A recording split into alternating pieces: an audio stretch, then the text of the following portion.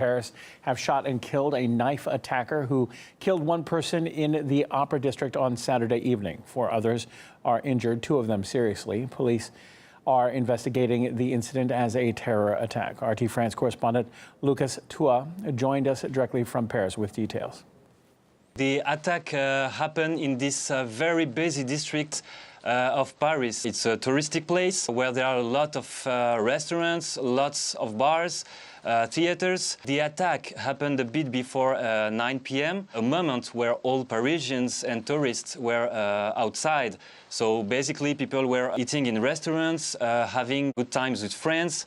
A man assault randomly several people with a knife. According to witnesses, the man was walking in the streets, crazy, stabbing every people he met on his way. Then he ran towards police officers, apparently shooting, "Kill me or I kill you." Several people heard him saying Allahu Akbar. Then he has been killed by police officers. The metro lines of the area has been closed for now, and all the neighborhood is buckled. Other people were blocked also in restaurants and bars, so it was really a panic scenes there. We know that an investigation is now open by the anti-terroristic section in Paris. We just heard that ISIS, Islamic State, claimed responsibility for this attack. French prosecutors say they are treating the stabbing as a terrorism-related incident. This is the 5th such attack that has hit France in the last 2 years. The latest incident comes despite French President Macron lifting the state of emergency in the country last October. Now, in February, a man with a machete attempted to enter the Louvre Museum. No one was killed or injured. A month later, an attempted attack on Orly Airport left 1 person injured. That attacker was shot by the police. In April 2017, an Islamist opened fire on police on the Champs-Élysées. ISIL claimed responsibility, and in October, the city of Marseille saw a stabbing at a railway station. 3 people died, including the attacker in that. All right, let's now cross live to Jennifer Breeden, who is an international criminal law attorney. Jennifer, thanks for being with us. We were just discussing in the break, you and I always happen to meet under these circumstances, but you're the mind that I want to get into when it comes to situations like this. So police are now investigating the attack as a terror case. What was your first reaction when you heard the news of this attack there in Paris?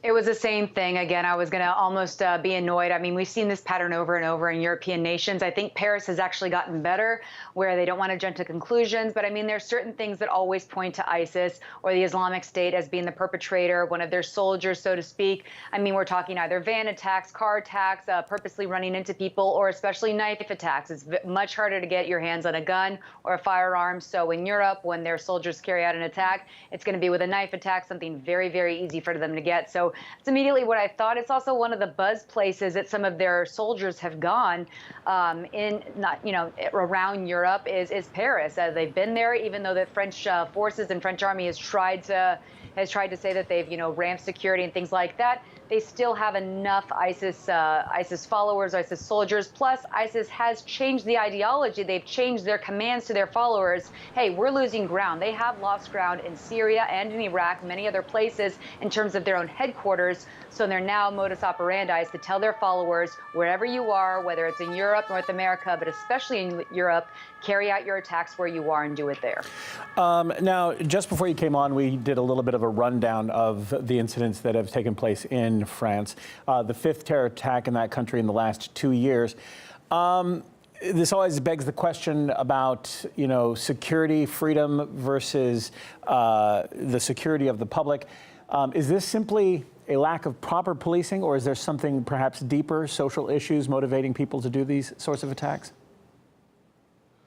Well, in terms of motivation to do these attacks, I mean, they always say, and that's kind of been the public outcry, is that anybody that's attacking, ISIS in Syria or Iraq is going to be part of this. Of course, France has been one of those coalition forces. But I mean, that's no different than some of the things that Russia has done or some of the other nations have done against ISIS or terrorist forces in Syria. So, one of the reasons for this, if you look at the ideology of ISIS, which they don't publicize as much, is to completely cleanse the world, especially from democratic or secular values. And that starts with the West, namely Europe, North America. The reason that the West is an easy target for ISIS, a very easy target, especially places in Europe, is because they've used those liberal values, freedoms, equality, things like that. They've put those over safety for people. And you are right. That begs a very important question. When is it too much? So there's security, there's national security for the civilians, and then there's also freedoms. And I think that's one of the guessing games that the West has had a very difficult time playing with, not just Europe, but North America, the U.S., and especially Canada, is that they seem to be weighing more so on the side of, especially in the U.S. with our last administration, on the side of we want all equality, freedom, we don't want to hurt anyone's feelings, rather than national security concerns. I think France has been playing that game for a while. They've always weighed more on the side of freedom, just being France. I think in the last couple years, because of the number of ISIS attacks in the area, they've had to be stronger, but still that's not going to stop the fact that, that people are going to be able to do this. But thankfully, only one person, in addition to the actual attacker, was killed. And so more people weren't killed. And I think that shows that French troops are at least getting a little better about stopping it right when it starts. Now, we have to be careful about, eyewitness accounts and what have you, but we do have reports that the attacker screamed Allahu Akbar before attacking people there. That is a cry which, in its basic essence, it doesn't really amount to much, but it is, in the West, what we think of as a battle cry, which it really isn't. But assuming this does turn out to be motivated by Islamic extremism, what do you think is the reason? I mean, you touched on it just a little bit a second ago about this ideology and about that it's not really publicized. Talk to me a little bit more about that ideology of Islamic extremism in Europe. And it's a good point. There have been a couple reports. Again, this is still an unfolding story. There have been a couple random reports, and again, it hasn't hit mainstream yet, that ISIS said one of its soldiers claimed responsibility for this. And as you said, eyewitness accounts about Allahu Akbar. In terms of the ideology, having researched this is where I started my research. There are end times ideologies. These are really belief systems that a fringe aspect of Islamists or Muslim followers of extremist or radical elements.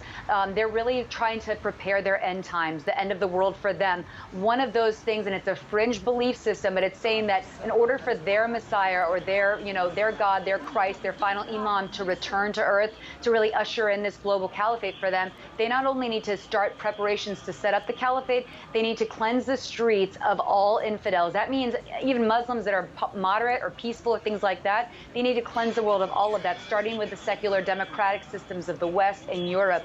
And so, that's one of the basic ideologies that has really started this group and has perpetuated them, even so much so as being saying that they are part of the end times regime that's going to set up this caliphate. And so that's what started this. It's also very easy for them to get into Europe. There have been open border policies because of Europe's more liberal policies, and that's why it's made them more of an easy target, not wanting to offend anybody or things like that. Whereas, why I love my work, I work in the Middle East with a lot of Muslims who fight this kind of radical Islamist ideology, and they have no problem saying what it is. Hey, these are radical Muslims, extremists. They go out and they do this, and that's what the West needs to become better at doing. So you touched on Europe's policies there. Let's talk about President Macron specifically. He replaced that international state, or that national state of emergency rather, with his counterterrorism laws. Do you think that's strong enough to deal with these types of incidents, or is there anything, can we police everything all the time? We really can't. And that's what, it's hard to say because we know that the Islamic State is evil. Of course, this is in fact them. There are some reports saying that this was them. But just to put it in this perspective here, when ISIS or ISIL type fighters or militants trying to carry out these attacks, the reason they've been successful, and we need to be careful because we know how evil they are. And so sometimes we underestimate people that we disagree with or we know are evil. But they're actually very smart because what they've done is rather than carry out some big military attack or things like that, they'll get a car, they'll they'll get a truck, they'll get a van, they'll get a knife, and they'll do something that really nobody, no matter how good your police force is going to be able to take out right away. And that's because of past policies. So even if President Macron has enacted this counterterrorism policy in his nation, he already has past years, even if he wasn't involved with those, of open door policies, allowing anybody to come in, not wanting to infringe on privacies and not wanting to offend anybody. That's allowed the growth of this. So it is going to be hard, especially for these nations who spent so many years not wanting to offend, that they've already grown the presence and come into there. And now these leaders who are here now are going to have to say, okay, we really cannot restrict that many freedoms. We can't just take people down because we don't like the way they look. And so it's going to have to train police to be almost psychic in a sense, or vigilant, in order to see the future of what's going to happen, which is really going to be very unlikely. All right, Jennifer Breeden, international criminal law attorney, someone who I wanted to talk to when this came down the pipeline, and I was lucky enough to get to do that. Thanks for being with us here on RT International.